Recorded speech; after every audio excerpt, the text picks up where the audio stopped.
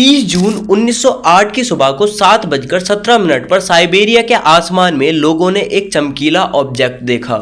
इसकी स्पीड इतनी तेज थी कि कुछ ही सेकंडों में पूरा आसमान रोशनी से भर गया। इस रोशनी के कुछ ही सेकंडों बाद वहां के लोगों ने एक शॉक वेव को महसूस किया। ये एक बहुत बड़ा मेटेरॉइड एक्सप्लोजन था जो लगभग 2000 स्क्वायर किलोमीटर में फैले फॉरेस्ट को तबाह कर देता है। पर सबसे चौंकाने वाली बात यह है कि इस मेटेरॉइड का अर्थ के सरफेस पर कोई भी इम्पैक्ट क्रिएटर नहीं मिला। इस एक्सप्लोजन के बाद साइंटिस्टों ने कुछ ऐसा देखा जो इस पूरे इंसिडेंट के रहस्य को समझाने में मदद करता है। साइंटिस्टों ने नोटिस किया कि ये पेड़ एक अजीब सर्कुलर पैटर्न में गिरे हुए हैं और ये ही सर्कुलर पैटर्न बाद में जाकर साइंटिस्टों को समझने में मदद करता है कि इस एक्सप्लोजन की असली वजह क्या थी। दरअसल एक 200 मीटर जितना बड़ा मेटेरॉइड 11 किलोमीटर पर सेकंड की स्पीड से अर्थ के एटमॉस्फेयर में एंटर करता है और अर्थ के एटमॉस्फेरिक प्रेशर की वजह से ये मेटेरॉइड अर्थ के सरफेस से 10 से 12 किलोमीटर ऊपर ही फट जाता है।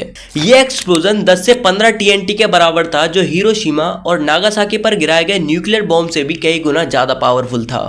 एक्सप्लोजन के बाद एक मैसिव शॉक वेव क्रिएट होती है और इस शॉक वेव का इम्पैक्ट 1000 किलोमीटर दूर तक महसूस किया गया था। इसी शॉक वेव की वजह से 80 मिलियन से ज्यादा पेड़ गिर जाते हैं। अब क्योंकि ये शॉक वेव हर डायरेक्शन में बराबर स्पीड से फैली होंगी तो इससे पेड़ एक सर्कुलर पैटर्न में गिरने लगे होंगे। पर जो सेंटर के पेड़ थे उन पर ज्यादा इम्पैक्ट देखने को नहीं मिला। ये वैसे ही खड़े थे जैसे पहले खड़े होंगे, बस एक्सप्लोजन की वजह से ये झुलस गए थे।